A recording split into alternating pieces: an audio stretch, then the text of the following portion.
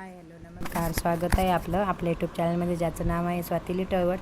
तर हा आहे माझा गावाकडचाच व्हिडिओ आहे, कारण मी 2 दिवस मुक्कामी गेल्यामुळे तिथंच मी व्हिडिओ शूट घेतला होता. म्हटलं जरा तुम्हाला पण शेअर करत आमचं गाव, आमचं हा मूळ गाव आहे ना, त्याच्यामुळे.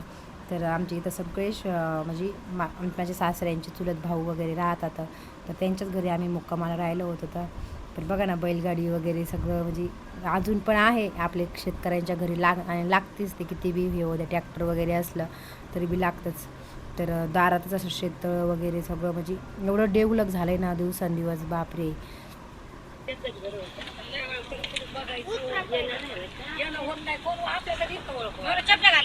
असं दारातच पडलं, खड्डा किती आहे.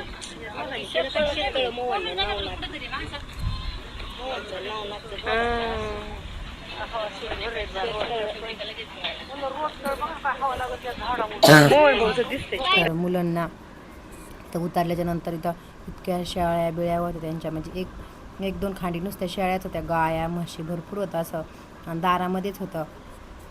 तर पुरं उतरल्याबरोबर त्यांच्या म्हणजे शेळ्याकडं त्यांच्याकडे गेले, तर छोटे छोटे त्यांचे त्याला ते असं करडं म्हणतात त्याला, तर ते किती इतके होते ना, जाळीमध्ये असे त्याने टाकले होते सगळे.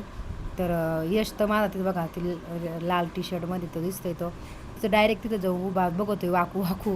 ते म्हणते हे काय आई, त्याला इतका आनंद झाला ना. आणि त्यांचं घर आहे, जुनं घर आहे भरपूर, तर त्यांनी आता नवीन घर बांधलं आहे, पण त्यांची पूजा करायची राहिली. तर बघा ना, हे पूर्ण मातीने सारलेलं घर आहे, म्हणजे पोचारा मारायचे पहिले लोक याला. एवढं छान वाटतं ना, पोचारा मारल्याच्या नंतर इतकी असं वाटतं माती खाऊशी वाटतं, इतकं छान म्हणजे वाटतं ते. म्हणजे सुगंध, पांढऱ्या मातीचा सुगंध वेगळाच येतो. तर मग इथं कुणीच नसल्यामुळं आम्ही गेलो होतो. मग परत जिथं आमचा नारळी सप्ताह होता ना, तिथं आम्हाला जायचं होतं. तर बघा ना, किती डोंगर आहेत, म्हणजे इतके डोंगर आहेत ना आमच्या वाडीला, बापरे बापरे. म्हणजे डोंगरातच गाव आहे आमचं, आणि इथं भरपूर मोठं असं ते सोलरचा काहीतरी मला वाटतं हे प्रकल्प त्यांनी केलेला आहे. तर भरपूर पूर्ण डोंगरावर तिथं आहे. तर म्हणजे मला वाटते पैसे वगैरे दिले असतील शेतकऱ्याला, आणि त्यांनी ती जागा घेतली असेल विकत काहीतरी. कसं डोंगराचा पण एवढा वापर नाही, त्यांचा चरायला वगैरे गुरं जातात त्या डोंगरावरती. तर हे कवठाचं झाड आहे, मग तुम्हाला झूम करून दाखवलं होतं थोडंसं. एवढे कवठं आलेले होते ना त्याला, पण ते थोडंसं दिसत नाही, काही काही छोटे होते काही मोठे होते. तर म्हटलं म्हणून पिकलेले पण नव्हते, म्हणजे असं सकाळी सकाळी अशी कवठं वगैरे पडतात. आणि उन्हाळ्याचं कसं पाणी नसल्यामुळे थोडंसं पूर्ण गवत वगैरे सुकलं होतं, आणि ज्वारी वगैरे काढली होती सगळं. तर ड्रॅगन फ्रूटच्या याच्या बागा मावशी तर त्याच्या म्हणजे ते नव्हतं सुकलं, कारण त्याला ठिबक असल्यामुळे ते म्हणजे एकदम होतं ना. आता कसा सीजन नाही आहे ड्रॅगन फ्रूटचा, तर त्याला ड्रॅगन फ्रूट वगैरे नव्हतं आलेलं. तर पेरूच्या बागा अशा, म्हणजे खूप लोक आता हे झाले तर ड्रॅगन फ्रूटला. म्हणजे माझ्या मुलांना खूप आवडतं, माझ्या यश वेदिकाला, म्हणजे त्यांचं खूप फळं म्हणजे त्यांना एकदम आवडती त्यांचे. आणि प्रत्येकाचे उन्हाळे कामं कसं चालूच असतात. तर इथं भूस आम्ही चालले होतो, तर इथं बघा ना कसे भूस वगैरे भरतात शेतकरी, कसे म्हणजे वर्ष असं गुरांना कसं साचून वगैरे ठेवतात. आणि कोणाचं एवढं मोठं म्हणजे जमीन होती, त्याच्यामध्ये मंडप सगळं मोकळं होतं तिथं. आणि 3 वाटा तर नुसत्या असं यायला जायला ठेवलं होतं त्यांनी, असे मोठ्या मोठ्या पायी गाड्याची पार्किंग वेगळी. खूप म्हणजे खूप खर्च, कोटीने हा सप्त्याला आहे ना आमच्या वाडी, म्हणजे कोटीने खर्च करते. 6,000 रुपये माणूस काहीतरी त्यांनी घेतलं होतं. आणि मुख्यमंत्री पण यायचा होता आमच्या म्हणजे वाडीमध्ये. तर जे नारळी सप्ताह म्हटलं तर 94 हा नारळी सप्ताह आहे. तर ते येणार होते पंकजाताई मुंडे, देवेंद्र फडणवीस आणि धनंजय मुंडे असे, म्हणजे सुरेश घोष वगैरे, म्हणजे घस. तर येणार होते. तर त्यांची ते हेलिकॉप्टर येणार होतं ना, तर त्याची तयारी चालू होती त्यांची. कारण एवढं जर म्हटलं तर म्हणजे तयारी तर करावीच लागणार आहे.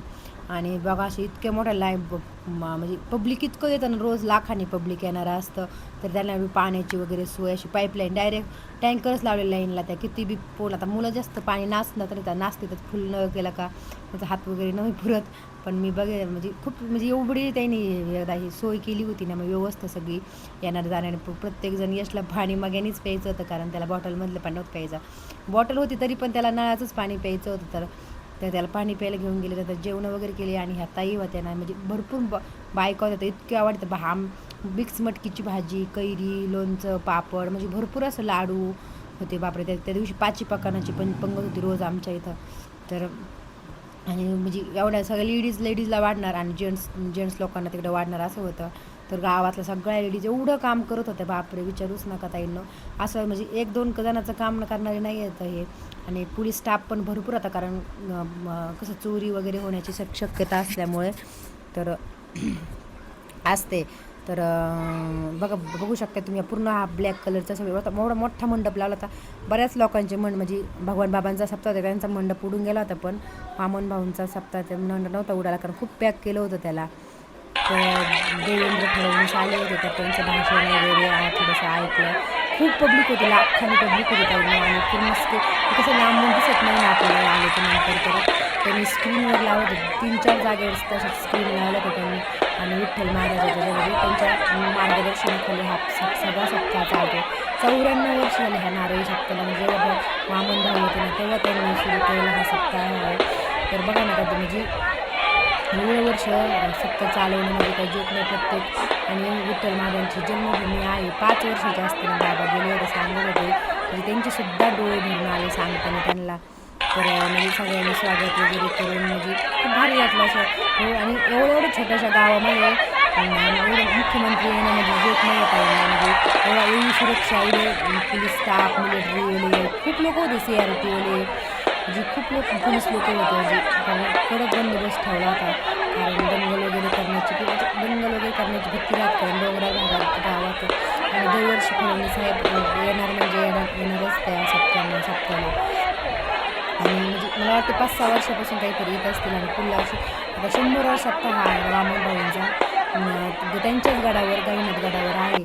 तर खूप मोठा आहे. तर बघू शकता स्क्रीनवर तुम्ही थोडंसं झूम करून, मी खूप लांब असल्यामुळे थोडंसं मी झूम करण्याचा प्रयत्न केला. तर त्यांनी भाषण वगैरे पण केलं, मी तुम्हाला ते पुढं ऐकवणार आहे. म्हणजे एवढं छान पंकजाताई बोलल्या. त्यांचं कसं माझ्याकडून थोडंसं शूट करण्यात आलं, कारण माझ्या यशला कंटाळा आल्यामुळे थोडासा तो कंटाळला होता. नंतर संत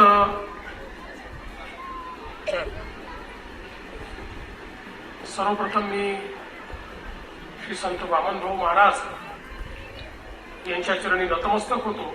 तर फोटो वगैरे काढायचं आणि काम आज चालू हा होतं सर्वांचं. तर त्यांचं भाषण चालू एक होतं इथं. अमृत योग आहे की गहिनीनाथ गडाची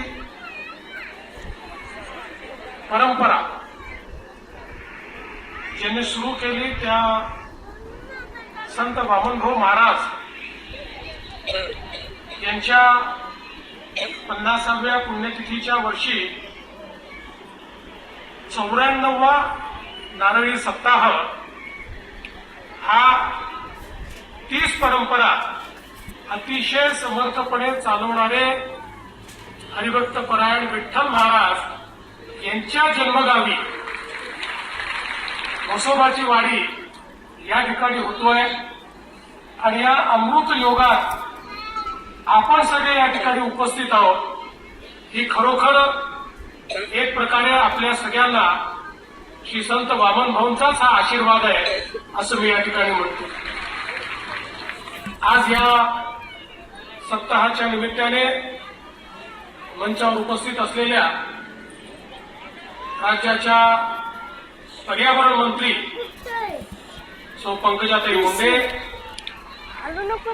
सोबतच उपस्थित असलेले आमदार माजी मंत्री धनंजय मुंडेजी, आमदार सुरेश धसजी,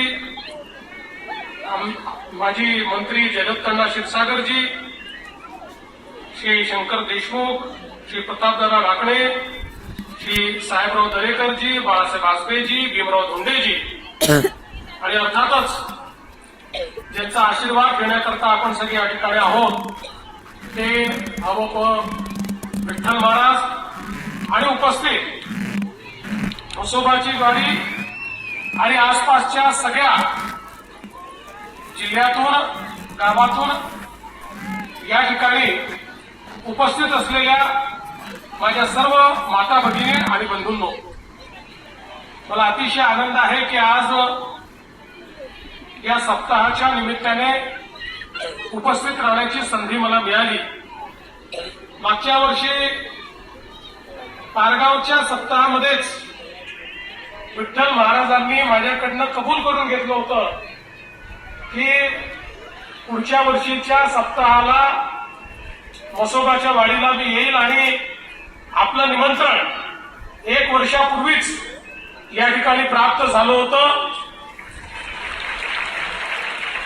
आणि आज मला अतिशय आनंद आहे, कारण आपल्या सगळ्यांना याची कल्पना आहे की श्री संत वामनभाऊ महाराज नाथ संप्रदायाचं एक विलक्षण अशा प्रकारचं हे नेतृत्व होतं, एक विलक्षण अशा प्रकारची आध्यात्मिक शक्ती होती. त्याच्यानंतर पंकजाताईंनी वगैरे भाषण करत होत्या, कारण सगळ्याला हाय वगैरे करत होत्या. जी खूप हे आहे त्यांचं, आमचं जीव आहे आमच्या लोक